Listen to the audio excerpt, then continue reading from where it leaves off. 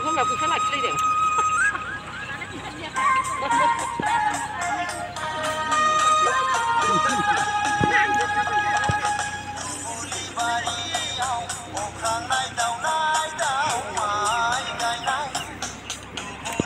दिगम्बरी गामिनि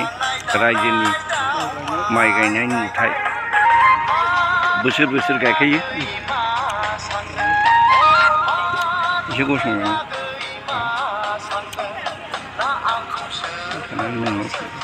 आङो गसंनो गोरोखौलाय मानो लांनो बालफ्लाय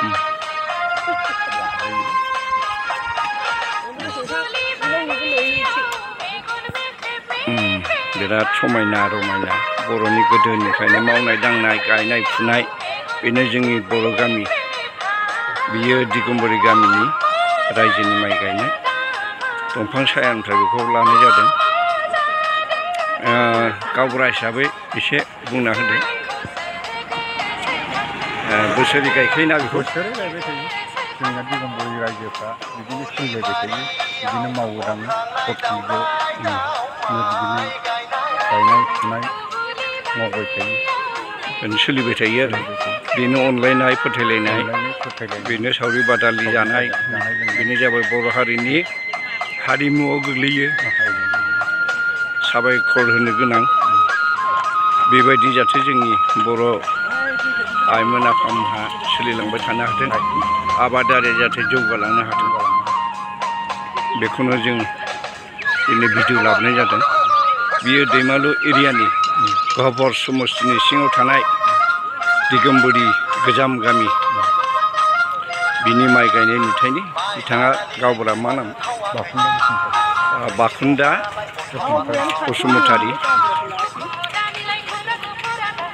नैबे दुब्लि ओरैबो ओरैबो दंजोबो नै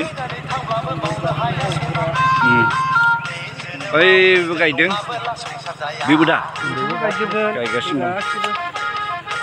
गासै 12 बिगा दं गामिनि फानाव 12 बिगा दं लामा सेराव गायनायजों बिराद समायना सान्दुं अखा लुवाद बेरलाव अंखा थाम्फैजों दावहा नांनानै आबादारिया बोसोरसेनि जानायनि थाखाय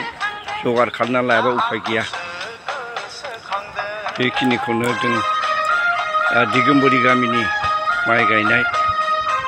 बेखिनिखौ लानाय जाबाय दिन्थिनाय जाबाय गोजोन्थों।